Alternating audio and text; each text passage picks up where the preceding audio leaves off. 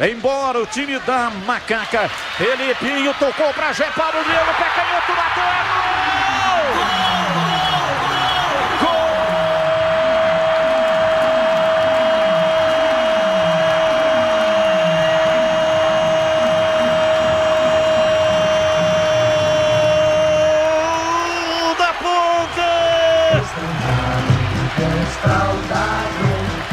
na marca de 20 minutos passados, primeiro tempo. Felipinho pra Gé na entrada da área, rolou pra Pablo Diego. Ele ajeitou e bateu de canhota, bateu firme, cruzado. A bola rasteira foi queimando a grama, bateu na lateral da rede, bateu lá dentro e fez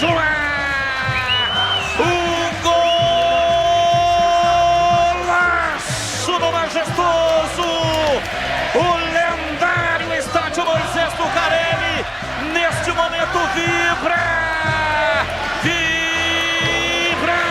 pela pele até o osso, o alarido que vem das arquibancadas, a festa maior do futebol, torcedor jogando junto, chutou junto com o Pablo Diego para estufar a rede.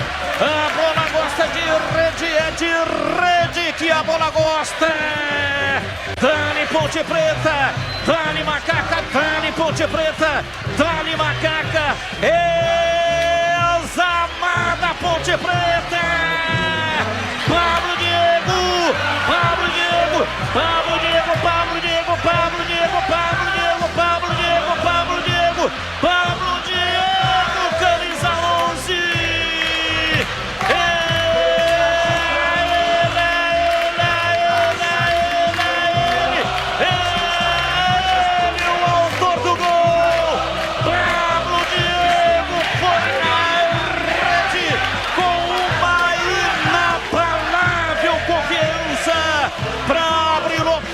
Do jogo, aqui no majestoso, Ponte Preta 1, CRB 0 e o detalhe do gol é seu Vladimir Catarino.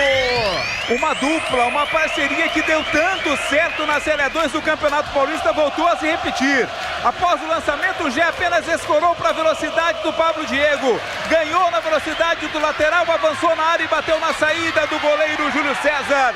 A bola foi no cantinho esquerdo, sem chances de defesa para o goleiro. Explosão do torcedor Ponte Pretano, a Macaca está na frente 1-0.